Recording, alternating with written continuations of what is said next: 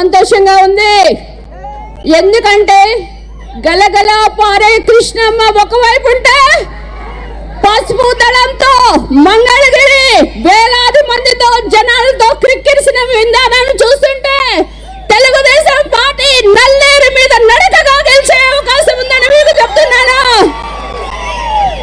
నేను మీకు ఒక వ్యక్తి గురించి చెప్పాలి, నాకంటే మీకు బాగా తెలుసు.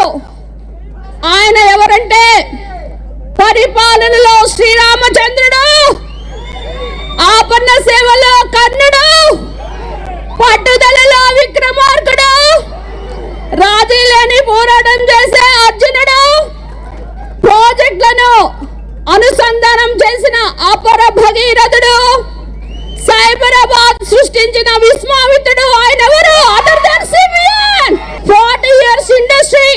చంద్రబాబు నాయుడు గారంటే ఒక బ్రాండ్.